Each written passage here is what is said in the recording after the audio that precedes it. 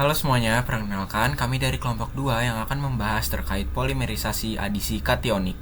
Sebelumnya, perkenalkan, nama saya Izam Nurfahmi Farhan dengan NIM 1525047 dan teman-teman saya yang pertama Amanda Yohana dengan NIM 1525037, Fatatul Muawana dengan NIM 1525038, Fajri Agung dengan NIM 1525054, Bima Aditya dengan NIM 1525055, dan yang terakhir Fahira Aulia dengan NIM 1525058.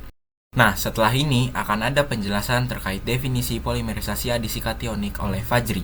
Polimerisasi adisi kationik adalah proses pembentukan polimer yang menggunakan ion positif atau karbon kation sebagai pusat aktif reaksi. Karbon kation sendiri merupakan atom karbon yang bermuatan positif karena kekurangan elektron, sehingga sifatnya sangat reaktif. Dalam proses ini, monomer yang memiliki ikatan rangkap akan bereaksi dengan karbon kation. Ikatan rangkap tersebut terbuka, kemudian monomer akan saling bergabung membentuk rantai polimer yang panjang. Polimerisasi kationik menggunakan kation sebagai inisiator. Mekanismenya hampir mirip dengan polimerisasi anionik. Polimerisasi kationik digunakan ion positif, sedangkan pada anionik digunakan ion negatif. Next ada urutan kestabilan karbon kation. Karbon kation tidak semuanya memiliki kestabilan yang sama. Semakin stabil suatu karbon kation, maka semakin mudah reaksi polimerisasi berlangsung.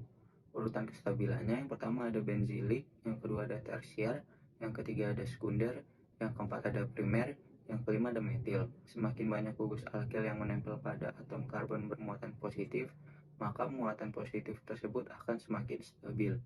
Contohnya ada karbon kation tersier lebih stabil daripada sekunder karena memiliki lebih banyak gugus alkil.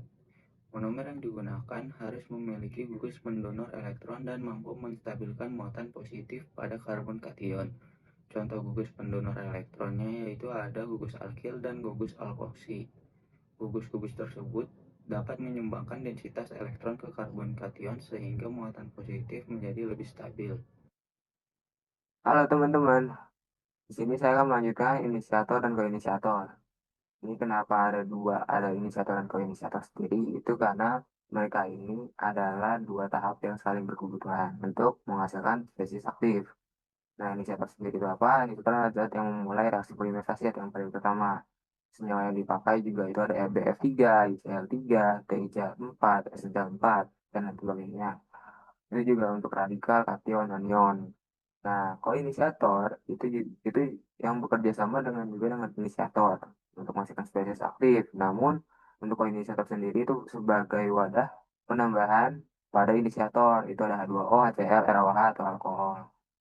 Nah, itu ada mekanisme reaksi. Mekanisme reaksi itu ada tiga tahap, ada inisiasi, propagasi, terminasi. Inisiasi itu tahap awal, di mana pengecekan apakah senyawa bisa lanjut ke tahap selanjutnya.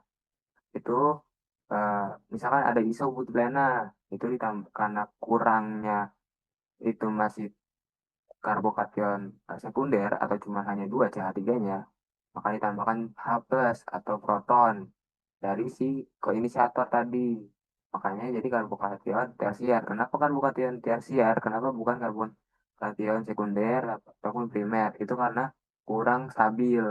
Makanya di sini diubah dari yang tidak stabil hingga jadi stabil atau jadi pusat aktif. Nah, jadi itu ada propagasi, itu tahap kedua di mana untuk pembentukan pertumbuhan rantai polimer. Di sini juga kalau teman-teman lihat itu ada growing chain yang disebutkan dengan tadi digabung menjadi satu hingga hasilnya jadi engleted chain. Yang dimana propagasi ini itu agar bisa ke tahap yang secara berulang. Jika isobutilena ini tidak masuk ke growing chain atau yang dua reaksi tidak hasilnya tidak bergabung ataupun tidak menjadi rantai atau bisa terus-terusan, itu akan berhenti. Nanti di situ ntar di tahap kedua saja reaksinya akan selesai. Setelah penambahan monomer terjadi, muatan positif yang berpindah ke ujung rantai, sehingga proses pertumbuhan polimer dapat berlangsung secara berulang. Oke, next. Terminasi adalah tahap penghentian reaksi polimerisasi. Pada tahap ini, pusat aktif berupa karbokation dinetralkan sehingga tidak dapat lagi mengikat monomer baru. Proses penghentian biasanya yang melalui pelepasan proton yang menghasilkan ikatan yang lebih stabil. Setelah terminasi terjadi, pertumbuhan rantai polimer berhenti pada terbentuknya polimer akhir. Selanjutnya, sifat dan juga karakteristik polimerisasi hasil adisi kationik. Yang pertama itu ada sifat polimer. Dia memiliki muatan positif dan berasal dari polimer alami dan juga sintesis. Selanjutnya itu karakteristik fisika dan juga kimianya. Dia itu biodegradable dan juga biocompatible dan dapat dimodifikasikan. Dan sifat responsifnya, beberapa polimer kationik juga responsif terhadap stimulus lainnya. Dan responsif seperti bersifat terhadap pH sensitif. Dan selanjutnya itu ada struktur polimer. Kationik ini menghasilkan struktur yang bercabang dan juga polimer linear dapat terbentuk. Dan selanjutnya mekanisme propagasinya, reaksinya itu berlangsung sangat cepat dan juga sangat sensitif terhadap kondisi lingkungan dan cenderung membentuk polimer dengan penyebaran berat dan molekul itu yang heterogen. Selanjutnya pengaplikasian hasil polimerisasi adisi kationik. Yang pertama itu di bidang industri, pengolahan air dan juga limbah. Polimer kationik ini digunakan dalam proses penjernihan air dan juga pengolahan limbah karena mampu mengikat partikel kotoran yang bermuatan negatif. Contohnya itu seperti inisiasi pengolahan air limbah dan juga penjernihan air minum. Yang kedua itu ada perawatan di bidang perawatan kulit dan juga rambut. Dalam produk perawatan rambut dan juga kulit ini, polimer kationik ini digunakan karena rambut ini umumnya bermuatan negatif. Jadi polimer kationik ini akan menempel pada permukaan rambut, membuat rambut terasa lebih halus dan juga mudah diatur dan juga dapat mengurangi listrik statis. Contohnya itu seperti kondisioner dan juga sampo. Selanjutnya itu di bidang industri tekstil. Jadi pada industri tekstil, polimer kationik ini digunakan untuk membantu proses pencucian dan juga pewarnaan kain. Dan polimer juga membantu zat warna ini menempel lebih baik pada serat kain. Selanjutnya itu di bidang industri farmasi. Dalam bidang farmasi, polimer kationik juga digunakan sebagai bahan tambahan pada obat. Polimer ini akan membantu mengikat partikel obat, menjaga bentuk tablet, dan juga mengontrol pelepasan obat di dalam tubuh. Contohnya itu seperti tablet obat, salep, gel, dan juga krim topikal. Dan selanjutnya itu di bidang pertanian, polimer kationik juga digunakan untuk meningkatkan efisiensi pupuk dan juga pestisida. Contohnya itu seperti pupuk slow release dan juga formulasi pestisida. Dan yang terakhir itu di bidang industri makanan. Dalam industri makanan, beberapa polimer digunakan sebagai bahan pelapis ataupun pengawet alami. Polimer ini membantu menjaga kelembapan makanan, melindungi permukaan makanan, dan juga memperpanjang masa simpan. Contoh itu seperti pengawet alami.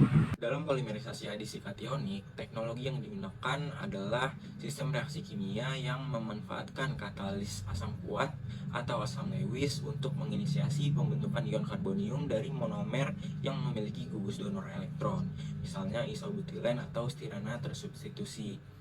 Nah, proses ini umumnya berlangsung pada suhu rendah. Untuk apa? Untuk menjaga kestabilitasan ion karbonium yang terbentuk, dan kita menggunakan pelarut polar untuk menstabilkan ion karbonium serta meningkatkan laju polimerisasinya.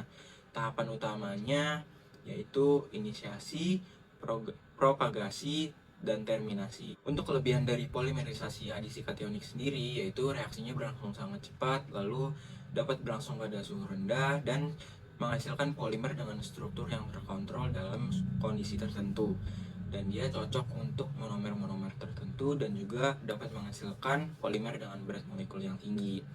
Nah, untuk kekurangannya sendiri, dia ini sangat sensitif terhadap pengotor. Lalu dia memerlukan kondisi reaksi yang ketat dan juga keterbatasan jenis monomer yang bisa digunakan.